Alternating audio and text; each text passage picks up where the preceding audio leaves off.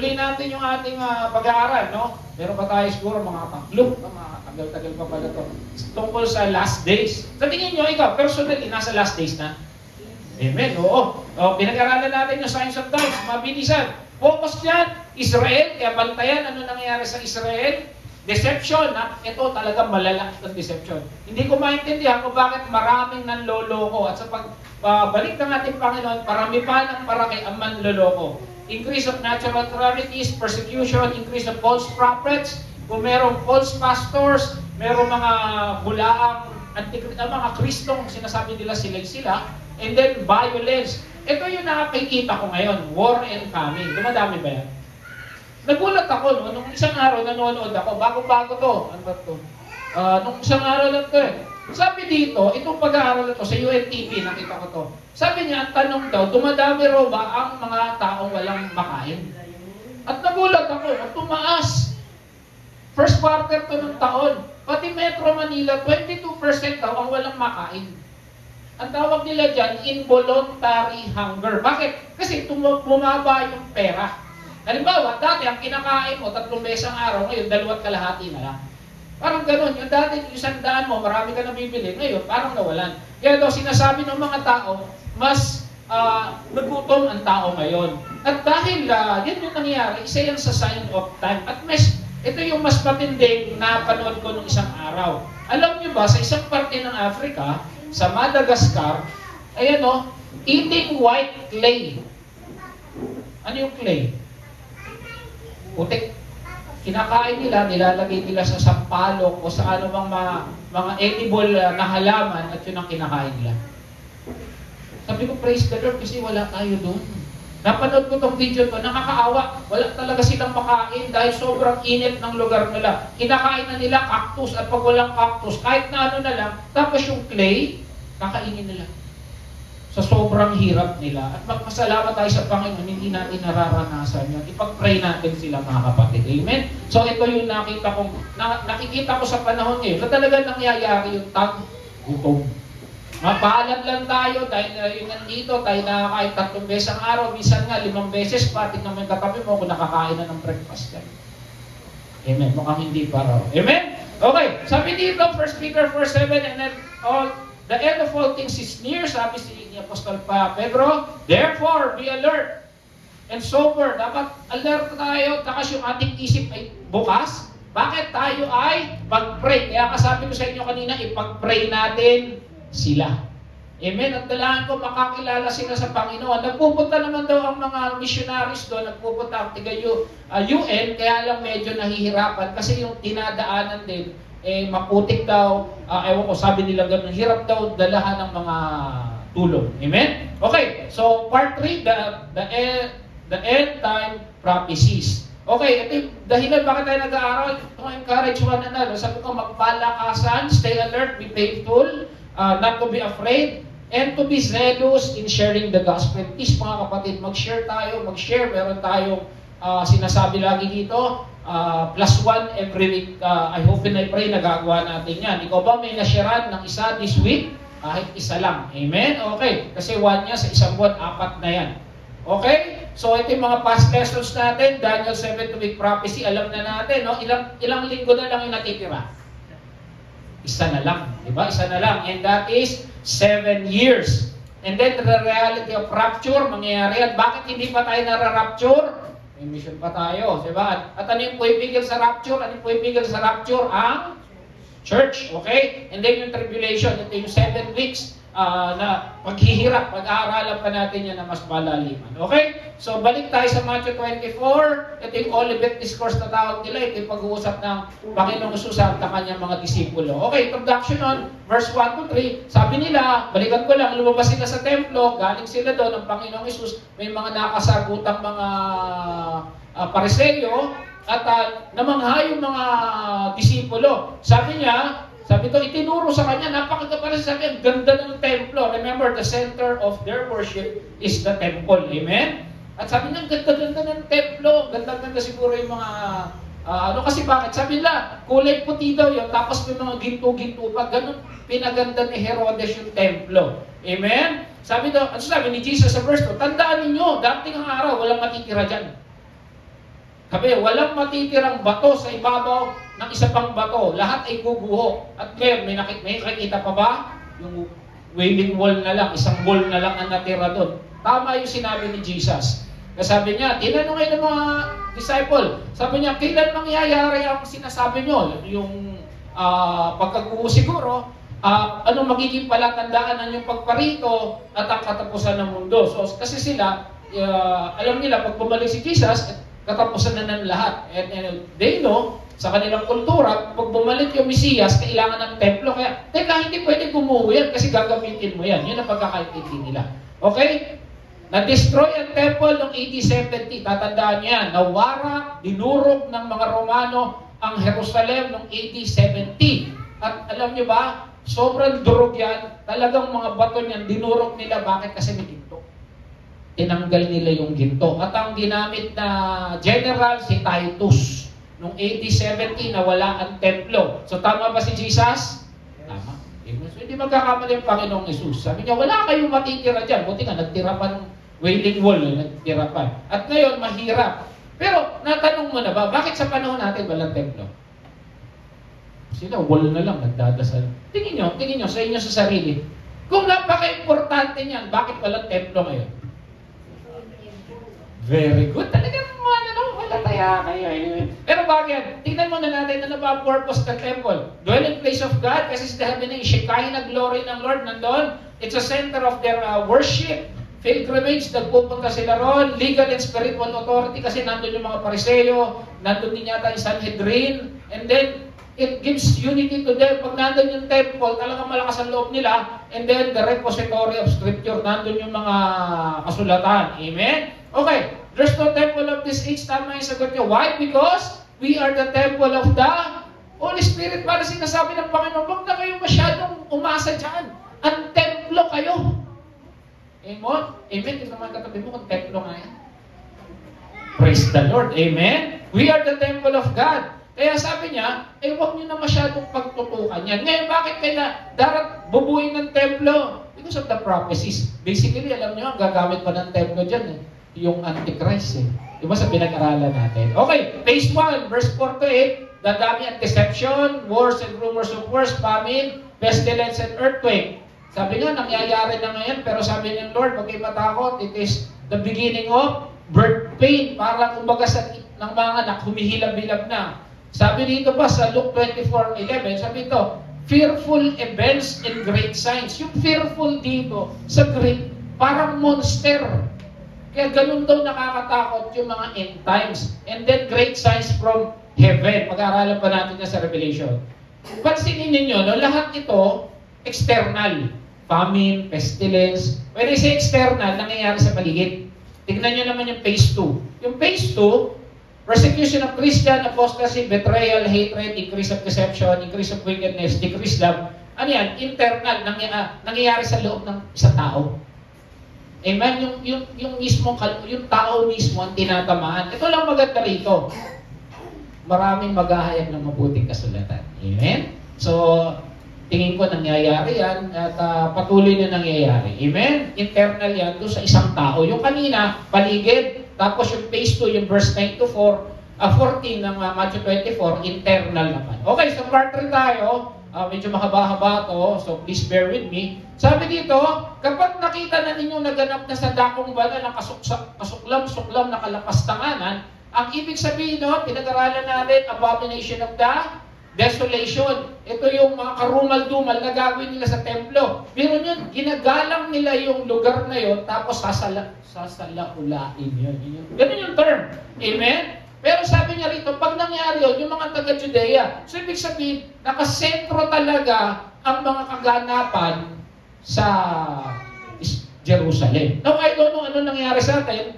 Siguro nandun din yung mga gera o ano man. Pero yung mga kaganapan talaga, tutok sa Jerusalem. Sabi niya, tumakas na kayo. Ngayon, anong abomination of desolation? A shocking act of desecration. Sasalaulain nila yung templo. Pero mo, kumbaga, nire-respeto mo, tapos may isang tao kung ano-anong gagawin. Amen? Ganyan natin, ha? Kasuklam-suklam na paninira. At dahil doon, mag-aalisan sila dahil sa takot. Nangyari na yan, sinabi rin yan ni Daniel, di ba sabi ng Panginoon sa, nangyari yan, sabi ni, pinaalala ni Daniel, kasuklam-suklam na kalapastanganan, ilalagay niya sa itaas ng templo, kasuklam-suklam na kalapastanganan. We don't know ano yan, kung paano niya sasaula-ulaan yung templo, mananatili ito roon hanggang wakasan ng Diyos ang maglalagay nito. So, gaganti ang Panginoon. Sabi sa Daniel 11:31, lalapastanganin ng templo, so paulit-ulit. At ito yung talagang definition. Sabi ni Apostol Pablo, itataas niya ang kanyang sarili. Sino yan? Yung Antichrist.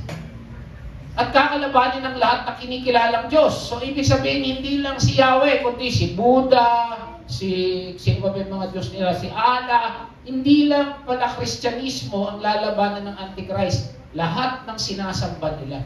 Kasama siguro si Joseph Smith. Kung sinasamba nila si Joseph Smith. Pati yung mga Diyos nila sa Hindu, napakarami nun. At sabi niya, uupo siya sa templo at magpapakilalang siya ang, amen, may nagpakilala na nga, siya yung Kristo eh. Kilala nyo? Amen? Okay. Sa history, nangyari na pala yan. Nangyari na. Sabi ko, ang unang gumawa niyan, si Antiochus IV desecrate the temple in 167. Anong ginawa niya? Nilagyan niya raw ng picture ni Zeus. Kilala niyo si Zeus? Yung, basta yung sa Diyos-Diyosa nila, yung altar. So, nangyari na pala yan. Pangalawa, yung mga Romano noong 80-70. So, nangyari na pala, bakit yung pinag-iinitan nila yung templo? Ano? And then, sa future, yung Antichrist na ang gagawa nun. Ito na yung pinag-aaralan natin. So, sa history pala ng Israel, may mga gumawa na. Ewan ko bakit talagang pinag-iinitan yun. Okay, verse 17. Ang sabi niya rito, patuloy natin, sabi niya, yung mga nasa Judea magsitago. At nasa bubungan, wag na mag-aksay ng panahon kumuha ng kahit ano sa loob ng bahay.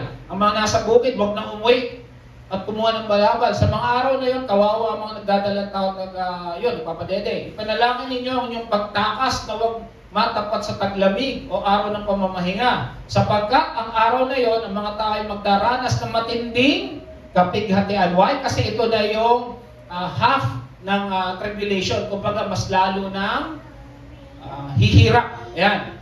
Matinding kapighatian, hindi mararanasan mula nun. So, ibig sabihin, bakit mo sinasabing hindi pa nangyari to? Mangyari pa lang kasi hindi pa nararanasan mula noon. Nangyari na ba yun? Hindi pa kasi lahat nakayanan pa nila eh. Ito raw, hindi na nila makakayanan. Hanggang sa ngayon, hindi pa nararanasan pa kahit kailan pa man. So, ito na yung tribulation. At kung hindi pinaikli ng Diyos ang araw na yon, walang tao maliligtas. Ngunit alang-alang sa mga hinirang, so nung time pa lang yun, meron pang maliligtas. Okay ha? So yung time ng tribulation, meron pang maliligtas. So pinaikli ng Lord, bakit? Para sa kanila. Tribulation, sabi dito, yung first part niya, 3.5 years, ito yung verse, sabi nila, ito raw yung verse 4 to 14, at ito namang verse 15 to 35, ito raw yung Great Tribulation. Okay, sabi ito, He will confirm a covenant with many. Ito na yung pinag-aralan natin. In the middle of the 7, He will put an end to the sacrifice offering, and then the temple He will abominate. After 3.5 years, una, pinayagan pa niya magpatuloy kasi pagkatalo ng templo, papayagan niya na magkaroon ng yung normal routine ng mga Hudyo. Tapos, 3.5, hinto. Ako na yan. So malalaman natin na Great Tribulation na yan. But I hope and I pray, wala na tayo. Hindi na natin makita yan. Na-rapture na tayo. Amen? Yan yung yan yung 1 year na lang na hinihintay natin. Pero ako, ayoko makita yan. Gusto ko ma-rapture na tayo. Ikaw, gusto ma-rapture ka na? O, wag lang muna siguro ngayon. Mag-share pa tayo. 3.5 years of sacrifice. 23. Kung may ito napansin ko, no? During the Great Tribulation, kung may magsasabi sa inyo, narito ang Kristo o naroon siya, huwag kayong maniwala. Sabagat may lilitaw na huwad na Kristo at huwad na propeta, magpapakita sila ng kamanghang himala at mga kababalaghan upang iligaw. Napansin ko lang, laging dumadami ang nanloloko at nagpapanggap na Kristo. Hindi lang propeta nagpapanggap na propeta. Siguro sa panahon natin ngayon, mga pastor, nagpapakilalang Kristo, dadami pa yan. Hindi ko alam bakit talagang gustong ang daming gustong manligaw. O siguro yung technique ng kalaban upang iligaw yung isang katawan. There will be false antichrist. There will be false Christ pala. And marami yan. Dadami yan. Kung marami ngayon, mas dadami pa. Lalo na ng Great Tribulation. Siguro, kasi alam ng tao, kaligtasan si Jesus lang. Amen? Kaya, lahat na makita nila, ito yung Kristo, ito yung Kristo. Pero sabi ng Lord, tandaan ninyo, ipinagpapauna ko nang sabihin ito sa inyo. Dadami pa yung mga false Christ and false prophets. Amen? Kasi ito, kaya kung sasabihin nila sa inyo, naroon siya sa ilang, huwag kayong pumunta ron. Huwag kayong maniwala sapagkat ito na. Darating ang anak ng tao. Sino to? Kasi anak ng tao si Jesus yan, Son of Man. Na parang kidlat na gumuguhit mula sa silangan hanggang sa kanluran. So, ibig sabihin, kita sa langit. Nakikita, sabi dito. Kung nasa ng bangkay, nandun ang pagkakatipo ng buitre. Parang ano ito, idiomatic expression na sinasabing, kitang-kita ng lahat. Kung, di ba, pag merong langgam, ibig sabihin, may matamis doon, parang gano'n. Kung nandun ng buitre, nandun daw yung bangkay. Ibig sabihin, kita ng lahat, talagang, extravagant. Alam mo yung fireworks? Di ba pag may fireworks, meron doon kasal, o kaya Happy New Year. Parang ganun yung sinasabi niya. Na ibig sabihin, makikita ng lahat ang pagdating ng ating Panginoong Jesus. Okay. Ang tanong ko ngayon, kita ng lahat. Ano yan? Rapture, second coming, sa pinag-aralan natin. Kita ng lahat si Jesus. Rapture o second coming? Second coming. Kasi ang rapture, it's a mystery. Hindi makikita ng lahat. Tayo ang kukunin. Dito ka, tayo ang kukunin. Sabi niya, we will be taken up in the clouds. Rapture, rapturo, harpazo, caught up yan ang ginamit sa English. It's a mystery, sabi nga. At tayo ay kukunin. So, ibig sabihin, hindi makikita si Jesus. Ang second coming, everybody will see Jesus. Kaya, kitang-kita sa langit, extravagant yan. Rapture for the church, second coming with the church. At sabi nga, bababa tayo kasama ni Jesus. Amen? So, tandaan nyo lang natin yon. 24-29. Pagkatapos ng kapighatian sa mga araw na yun, magdidilim ang araw, yung parang end na, sabi dito, hindi magliliwanag ang buwan. Grabe, no? Kita nyo, yung buwan, hindi na talaga magliliwanag. Hindi natin alam pero isipin nyo, sobrang dilim, baka nawala ng kuryente. Nawala ba ng kuryente dito? Buti na lang, praise the Lord. Kasi sa ibang lugar, nawawala. Pero merong, sa Cuba, tsaka dito rin sa Manila. Sa Manila, dami na rotational blackout sa gabi. Amen. Pero hindi ganun kasi dito, hindi magliliwanag lahat. Amen. Okay. Ito pa, malalaglag mula sa langit ang mga bituin. Paano kaya yun? Ayoko na rin makita. Siguro kung makikita ko, parang pinapanood ko na sa TV, pero ayoko nandun. Biro mo bituin mo mabagsak. Siguro parang mga meteorite, hindi ko alam eh. At mayayanig ang kapangyarihan, kalawakan. So, parang kumukulog siguro ng malakas. Hindi lang si Mateo nagsabi diyan, si Joel din. Sa pagdaan, si Joel, kapatid mo yata ba? Sa pagdaan nila ay mayayanig ang lupa sa umaga at langit at umaga ang langit, nagdidilim ang araw at ang mga buwan, at pati bituin ayaw na magliwanag. Sabi rin ni Isaiah, ang araw, buwan at bituin ay malalaglag at madudurog, at ang kalangit ay irorol yung parang balumbon. Ang bituin ay malalaglag na parang tuyong dahon ng igos na nalalagas. Grabe, no? Siyempre, itong mga propetang to, nakita nila in vision. Pero, mag-iisipin mo, no? Si Apostle 1, pag-aaralan natin sa Revelation, nalalaglag yung bituin. Ano kaya yun? Paano kaya yun? Pero ayoko makita. Siguro kung makita ko, pinanood ko lang, ayoko nandoon, mahirap malaglagan ng bituin. Amen? Okay. Nung bata ako, may tanong Ito ro yung North Star, ito yung South Star. Diba? North and South. Ano daw yung nasa gitna? Ito yung North, ito yung South. Star. North and South. Ano yung nasa gitna? Na star. Ang tawag. Alam niyo ano? Between.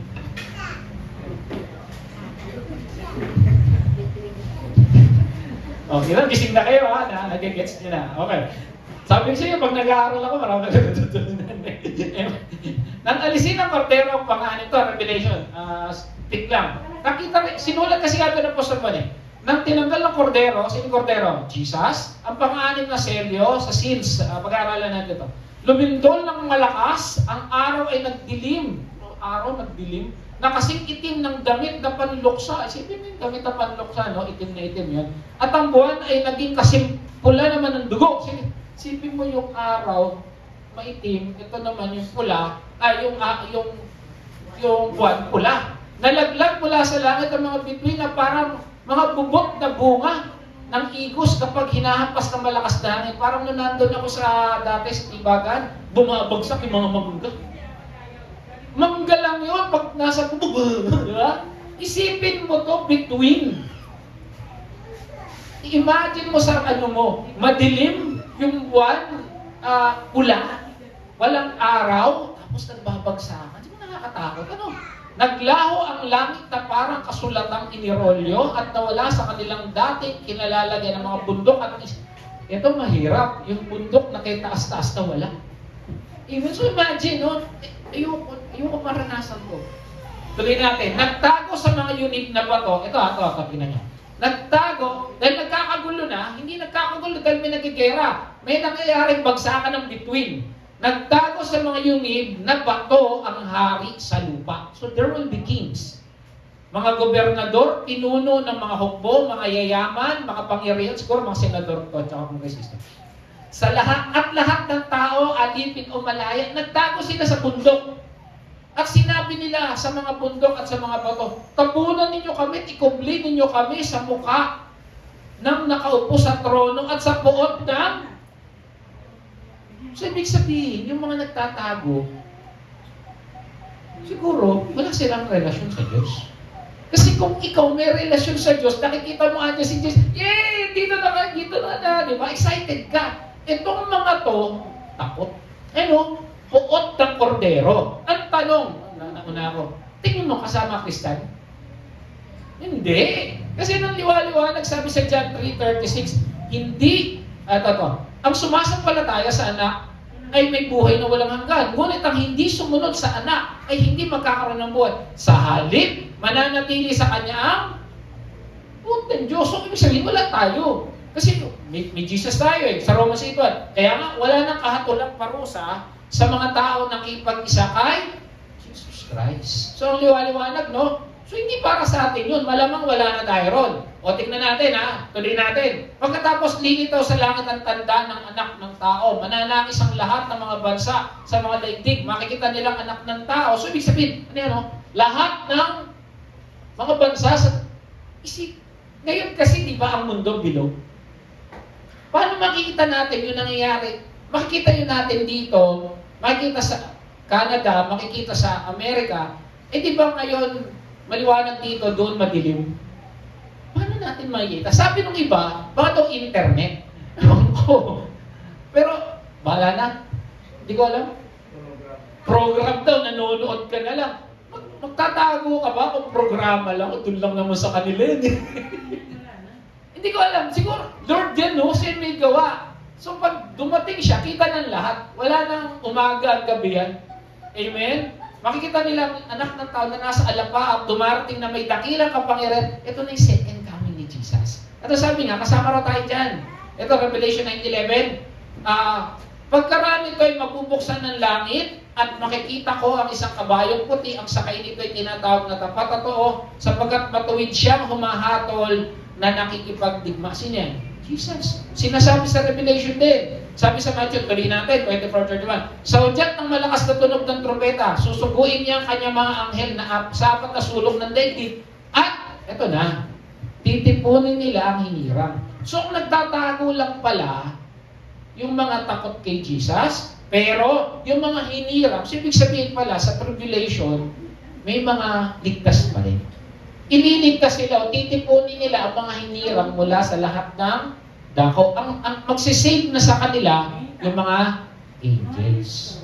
Amen? Okay, tuloy tayo. Matthew 24:31. Unawain ninyo ang aral mula sa puno ng igos kapag ang mga sanga nito ay umuusbong at nagkakadahon na, alam ninyong malapit na. Para sinasabi niya, huwag kayong mag-alala kasi mayroon naman mga sign ng pagdating ko.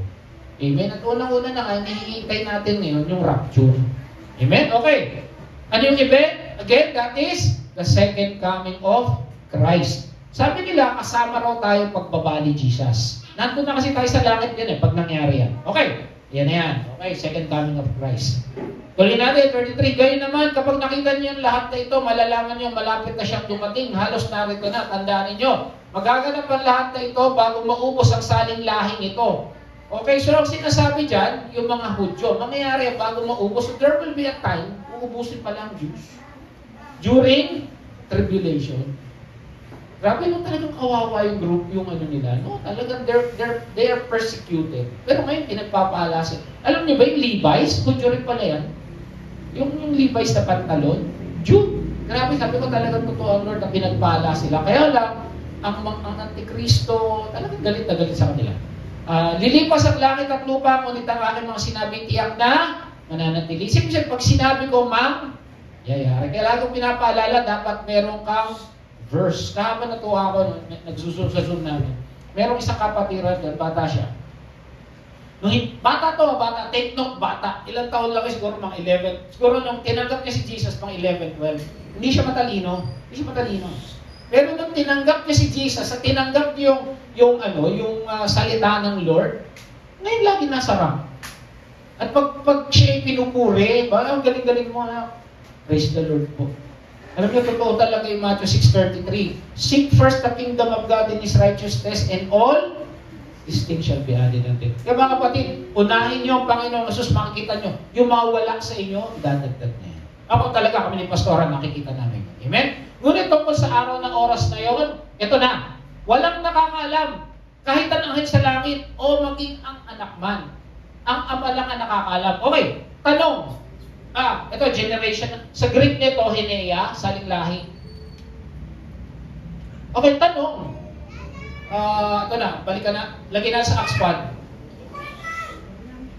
It is not for you to know the times or dates the Father has sent by His own authority. Sabi kanina, hindi rin daw alam ng anak. Sabi sa Acts, the Father lang. Tingin nyo, bakit hindi alam ni Jesus?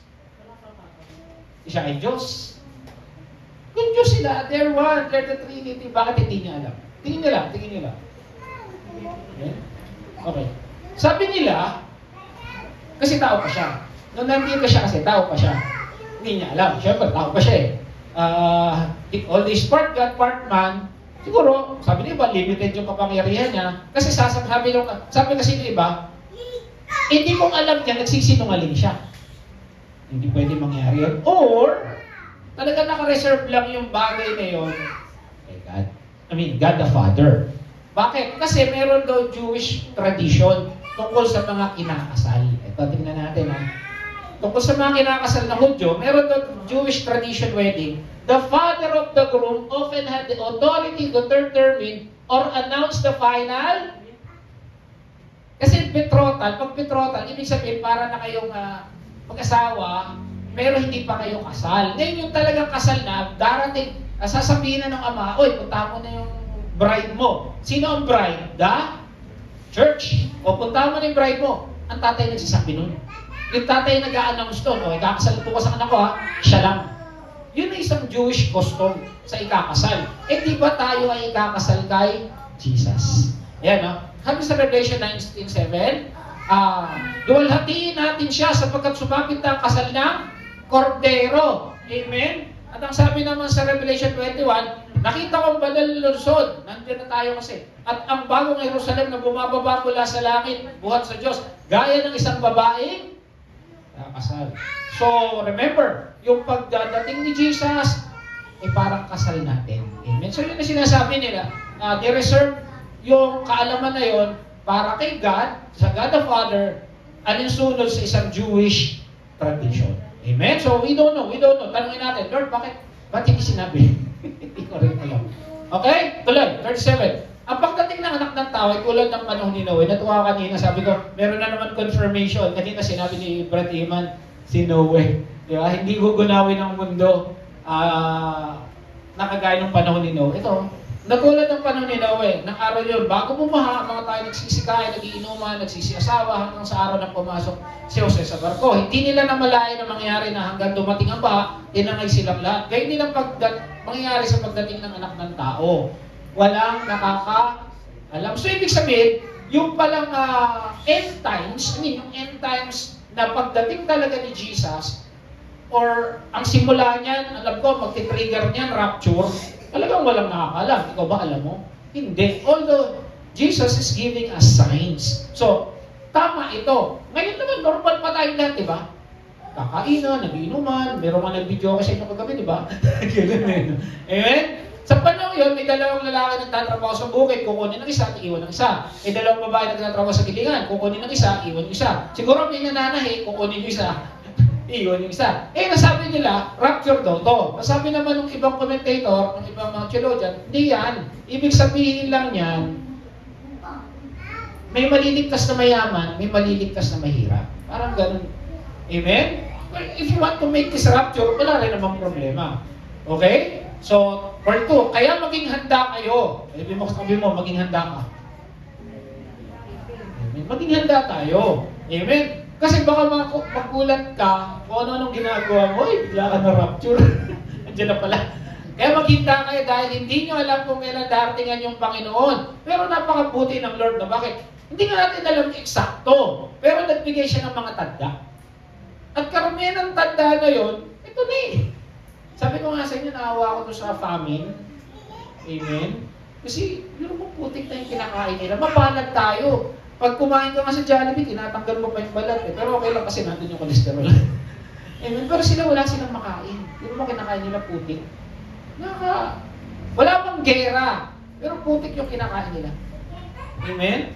Pag may gera, okay lang. Tigilan na natin yung gera. Alam niyo yung gamay, may gera pa pala Ukraine tsaka Russia. Diba? Ang Iran tsaka Amerika, baka nagpapahinga lang yan eh. Teka, gawa muna tayo armas, naubos eh. Amen? Unawain ninyo ito, kung alam na may-ari ang bahay, kung anong oras na darating ang magnanakaw, siya may maghahanda at hindi niya pababaya pasukin ang kanyang bahay. Kaya, lagi kayo maging handa. Pag inuulit, ano ibig sabihin? Importante. Ulit-ulit maging handa. Sapagkat darating anak ng tao sa oras na hindi niyo yung inaasahan. So, maaari siguro, naghahayahay tayo, pero maganda sa atin, talagang pinaninindigan natin yung ating pagiging Kristiyano. Hindi ko lang pinaninindigan. Pinamumuhay talaga natin. Tingnan mo yung katabi mo kung pinamumuhay niyo kayo ng pagiging Kristiyano. Ang mahirap kasi dito, baka sinasabihan dito, yung mga tao ayaw pa tumanggap. Kasi may mga tao, kayo ba may nasyara na kayo ng saka na lang? Pastor Joby, may nagsabi na sa'yo na, saka ko na lang siya tatanggapin. Walang kain. Yung saka na lang, bakit? Enjoy ko muna yung kasalanan ko. Di ba? Darating si Jesus, pero saka na lang ako tatanggap kasi pag tumanggap ako, mag-church na ako, mag-pray na ako. Nag-aano sila, yung parang, mas maganda, magsigurado ka na. Para kahit anong oras tumating, ligtas ka. Di ba kasi ganun eh. Nakita nyo sa end times, alam ng mga tao na galit sa kanila si Jesus. Bakit? Sinisiran sila, tinatanggihan nila. Sabi nila, itago mo kami, galit sa amin. Kapatid, gusto mo ba nandun ka? Sino yung mga yun? Gobernador, mga mayayaman. Sabi ko, may senador tsaka kongresista rin eh. Malamang. Si Batoro nagtago. Amen? Okay. So, maging handa. Hindi ninyo ito inaasahan. Okay, 45. Sinong tapat na alipin? Tapos nagbigay ng parable si Jesus. Hindi ba ito pinamamanahala ng kanyang Panginoon upang magpakain ng iba pang alipin? So, nagbigay siya ng parable. Sino rin yung tapat na alipin? So, ibig sabihin, sinabi ng alipin, servant niya, ito na yung parang nasa household na niya.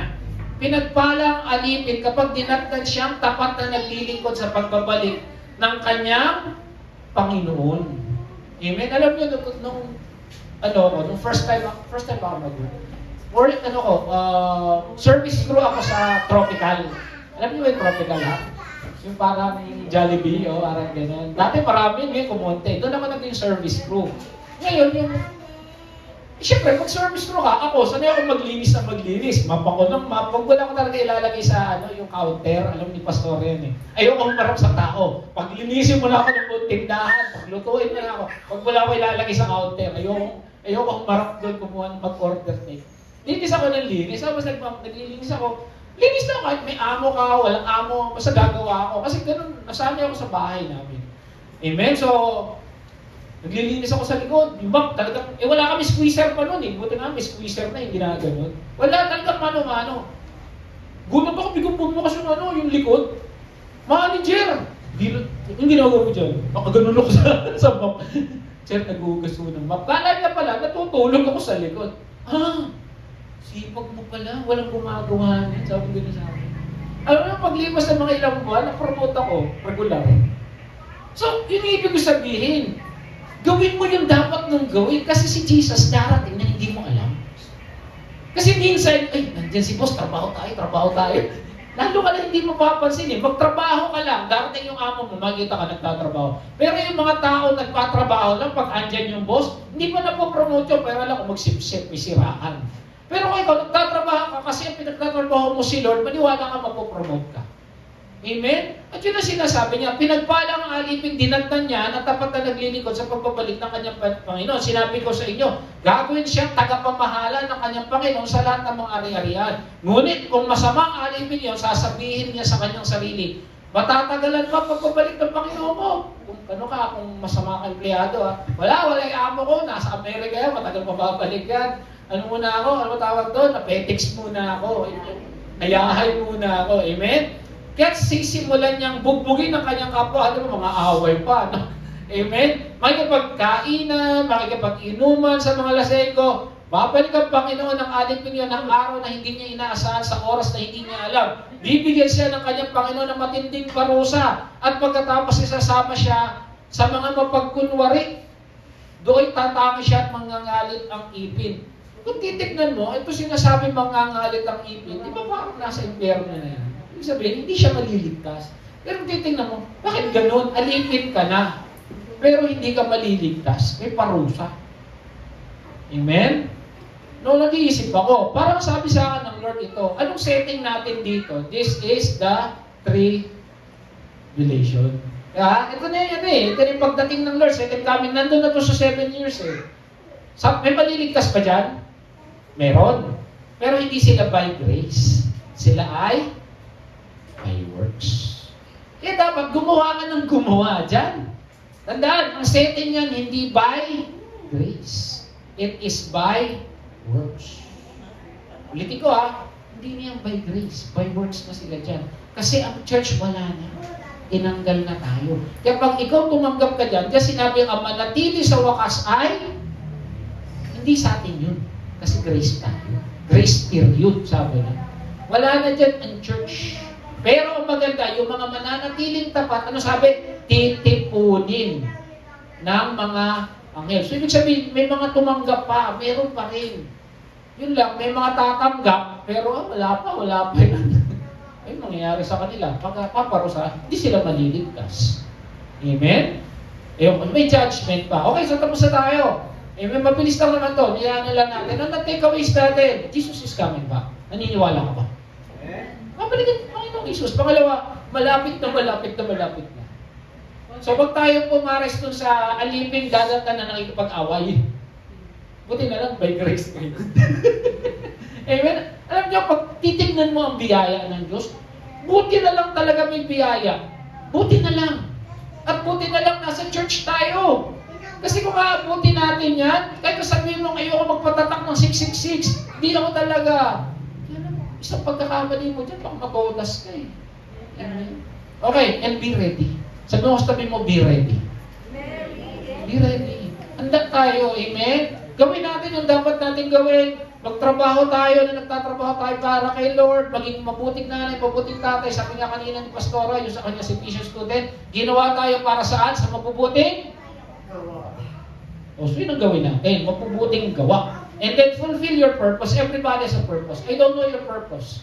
Yes, maaari siguro ang purpose mo, maging mabuting nanay, mabuting tatay, maging mabuting kapatid, maging magaling ka sa trabaho mo. I don't know. What is your purpose? And you have your mission. Yung mission mo, ito yung tinalaga sa ating lahat. And that is to make disciples. Meron tayong purpose, meron tayong mission. Yung all-purpose cream, iba yon, okay? Gising pa sila.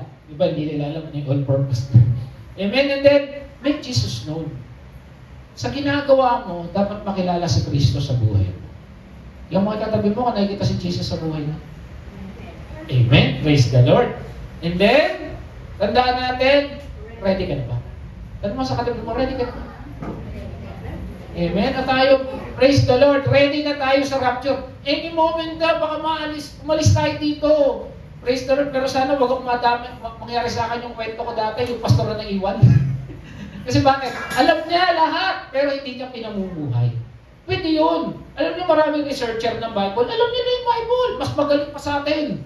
Pero hindi nila pinamumuhay. Hindi nila talaga tinanggap si Jesus. Amen. Amen? Kaya talaga kailangan pamuhay si Jesus. The church, hindi utos, kumayo kayo and make disciples. Hindi lang to binigay sa mga pastor, sa lahat ito. Ang disciple mo, yung anak mo, ay ang kapatid mo, yan yung dinidisciple mo. Kasi minsan may mga tao na ikaw lang ang tinitignan. Ikaw lang yung Bible na binabasa nila. Kasi ayaw pa nilang magbasa, maaari hindi pa panahon. Pero dahil nakikita sa iyo si Jesus, nakikilala nila si Jesus. Amen? Diyan sa katabi mo ba, nakikita si Jesus? Amen. Praise the Lord. Ang tanong, ginagawa mo ba ang mission or calling mo? Parang siya lang sumagot. Ulitin ko, ginagawa mo ba ang mission mo? Amen. Kaya, be a part of His mission. SGCF mission, +1 every week. Sabi nga, success in witnessing is simply taking the initiative to share Christ in the power of the Holy Spirit and living the results of that. Amen. Palakpakan po natin ating Panginoon. Kahit tumayo, kahit manalangin. Dahil lang ang mga salamat